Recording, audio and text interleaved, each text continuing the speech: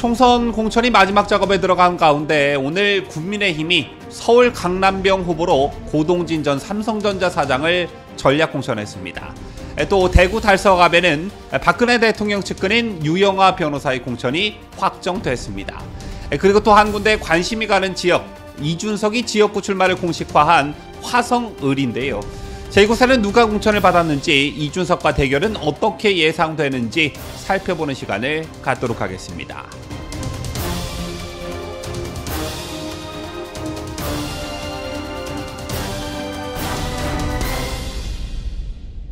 시청자 여러분 안녕하십니까? 뉴스데일리 베스트 민앵커입니다.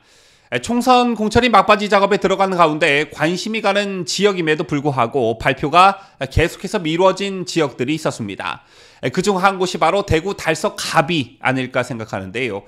박근혜 대통령의 오랜 측근인 유영아 변호사가 이곳에 출사표를 던졌고, 윤석열 대통령과 박근혜 대통령의 밀착 행보가 계속해서 이어지는 그런 상황이었기 때문에 더욱 유영아 변호사의 공천 여부가 관심이 갈 수밖에 없었습니다. 현재까지 대구 달서갑에는 박 대통령의 복심 유영아 변호사와 홍석준 의원이 경쟁을 하고 있었는데, 특히 단수 추천 또는 경선 등 공천 방식조차 아직 확정되지 않았기 때문에 그 배경을 놓고 이런저런 분석과 해석들이 난무했습니다.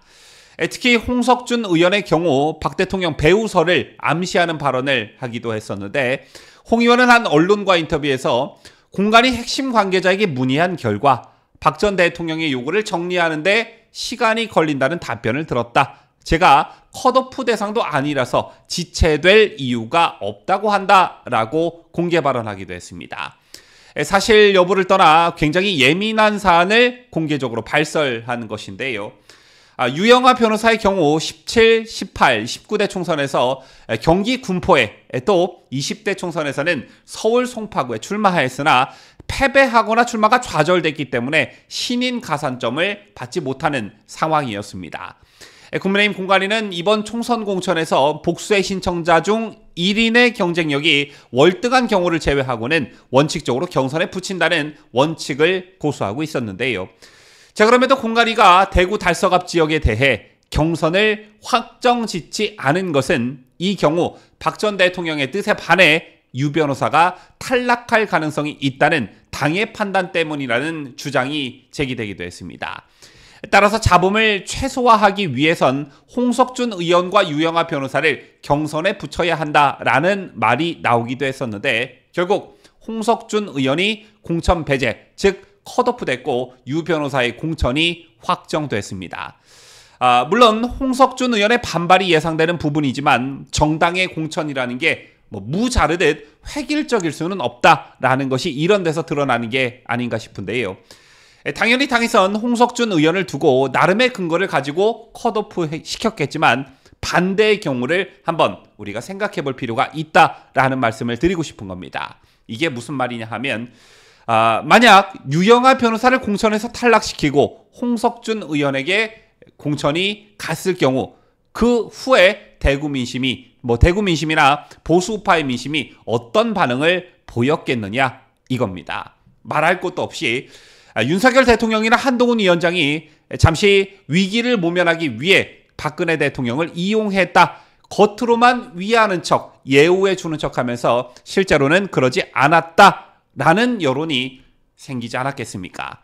따라서 홍석준 의원을 컷오프했을 때의 파장, 반대로 유영아 변호사를 공천에서 탈락시켰을 때의 파장, 어떤 쪽의 파장이 더 컸나라는 측면에서 봤을 때 유 변호사의 공천 쪽이 더 나은 선택이었다. 저는 이런 평론을 하고 싶고요.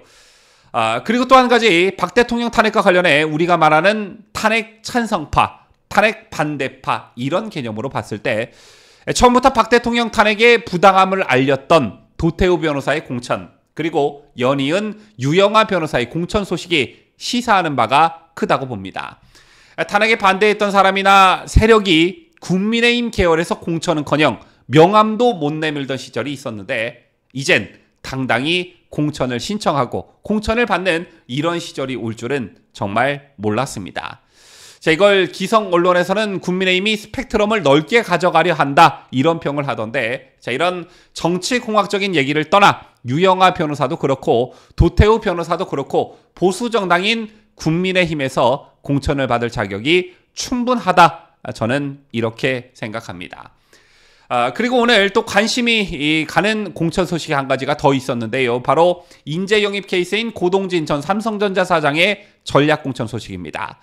서울 강남병 후보로 확정이 됐다는 소식이 있었는데, 앞서 이곳엔 박경미 전 청와대 대변인이 더불어민주당 후보로 단수 공천됐습니다. 따라서 고동진 대 박경미, 이런 구도가 형성이 됐는데, 특별한 변수가 일어나지 않는 한 고동진 전 사장의 국회 입성이 확실하지 않나 싶습니다.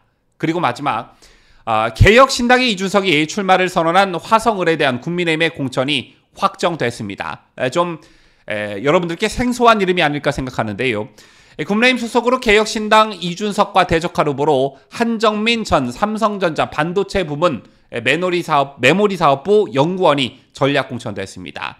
다소 생소하다, 이런 느낌 받으셨을 텐데, 한정민 후보는 39살의 굉장히 젊은 나이로 국민의힘 영입 인재로 지난달 입당했습니다.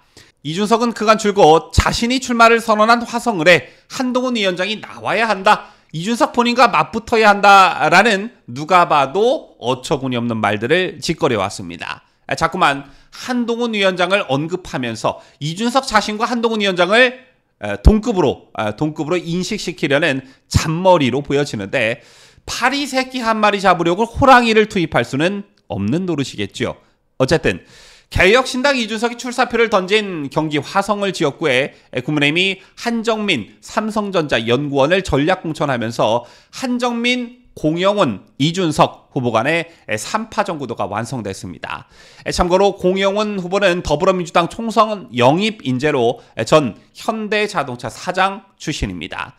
자, 이곳 화성이 워낙 더불어민주당 강세 지역이고 화성을 유권자 평균 연령이 34살 정도로 굉장히 젊은 층이 많은 지역이기 때문에 더불어민주당 공영훈 후보가 다소 우세할 것이라는 전망이 나오고 있는 가운데, 30대 연구원 출신의 국민의힘 한정민 후보가 가세하면서 새로운 격전지로 부상할 가능성이 높아졌습니다. 어쨌든 이곳 화성을의 3자 구도, 즉 기호 1번 더불어민주당 공영훈, 기호 2번 국민의힘 한정민, 그리고 기호 4번 개혁신당 이준석, 이런 3자 구도가 형성이 됐고, 조만간 이곳에 대한 첫 여론조사가 공표되지 않을까 싶은데요. 국민의힘 한정민 후보가 이준석의 자객 공천 성격으로 이곳에 배치된 만큼 우리 보수파 유권자들이 다음 22대 국회에서 이준석을 보는 일만은 꼭 정말로 막아줬으면 좋겠다는 바람을 가져보면서 뉴스를 마칠까 합니다. 지금까지 저는 자유대한민국을 소화하는 뉴스데일리 베스트 민앵커였습니다.